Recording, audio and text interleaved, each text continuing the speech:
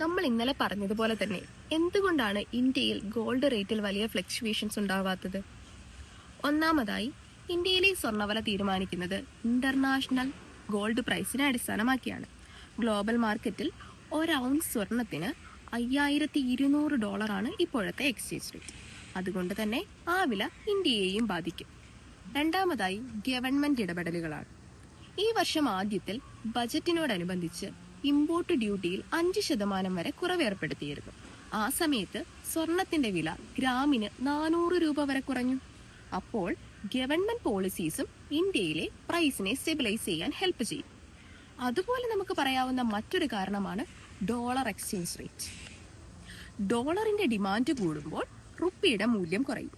റുപ്പിയുടെ മൂല്യം കുറയുമ്പോൾ ഇന്ത്യയിലെ ഗോൾഡ് പ്രൈസിൽ വലിയ ഫ്ലക്ച്വേഷൻസ് ഉണ്ടാവുന്നില്ല. ഗോൾഡ് പ്രൈസ് ഇന്ത്യൻ റുപ്പിയുടെ ടേംസിൽ അധികം വർദ്ധിക്കാത്ത രീതിയിൽ നിലവിൽ തുടരുന്ന സാഹചര്യത്തിൽ തുടരുവാനുള്ള സാധ്യത കൂടുതലാണ്.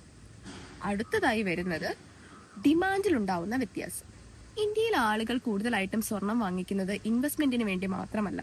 വിവാഹം, ഫെസ്റ്റിവൽ, ജ്വല്ലറി ഡിമാൻഡ്, ഇങ്ങനെ പല തരത്തിൽ പോകുന്നു ഇന്ത്യയിലെ സ്വർണത്തിന്റെ ഡിമാൻഡ്.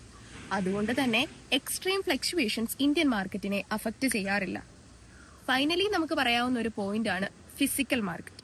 ഇപ്പോൾ നിലവിൽ മാർക്കറ്റിൽ 1.6 ലക്ഷത്തിനും 1.7 ലക്ഷത്തിനും ഇടയിലാണ് സ്വർണത്തിന്റെ വില. അപ്പോൾ എന്തെങ്കിലും വലിയ ഫ്ലക്ച്വേഷൻ റേറ്റിൽ ഉണ്ടാവുന്നുണ്ടെങ്കിൽ തന്നെ ഡീലേഴ്സ് ഡിസ്കൗണ്ടായും ഓഫറായും ആ പ്രൈസ് സ്വിങ്ങിനെ അഡ്ജസ്റ്റ് ചെയ്യും. അതുകൊണ്ട് തന്നെ ഇന്ത്യയിലെ പ്രൈസ് ഒത്തിരി ഉയരത്തിലേക്കും പോകുന്നില്ല, ഒത്തിരി താഴേക്കും പോകുന്നില്ല. ഒരു സ്റ്റെബിലിറ്റിയിൽ തുടരുവാനാണ് സാധ്യത കൂടുതൽ. ഇനി നമുക്കറിയേണ്ടത് ഇതെല്ലാം ഇറാൻ അമേരിക്കൻ സംഘർഷത്തിന്റെ ഭാഗമായിട്ടാണെന്ന് നമുക്ക് മനസ്സിലായി. ഇനി നമുക്കറിയേണ്ടത് ഈ ഇറാൻ അമേരിക്കൻ സംഘർഷം ഇതെന്തിനു വേണ്ടിയാണ്, ആർക്ക് വേണ്ടിയാണ്? കാണണ്ടേ? വെയിറ്റ്.